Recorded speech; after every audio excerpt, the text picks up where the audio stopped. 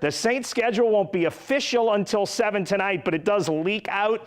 How do you know the Saints are one of the NFL's glamour teams? Well, you know, because they don't play at noon until week 5 of the regular season. The Saints open against 4 straight playoff teams. It's a tough beginning. 3 division winners. Houston at home on a Monday night, then a short week and a West Coast trip to play the Rams in that monster rematch. Then in week 3, another West Coast trip to Seattle. And then week 4, the one team the Saints really had trouble with last year, a Sunday night date at home against the Cowboys. Now, the second quarter of the schedule gets much more manageable. The Bears are the only playoff team in this group, and 3 of the 4 kickoff times are noon.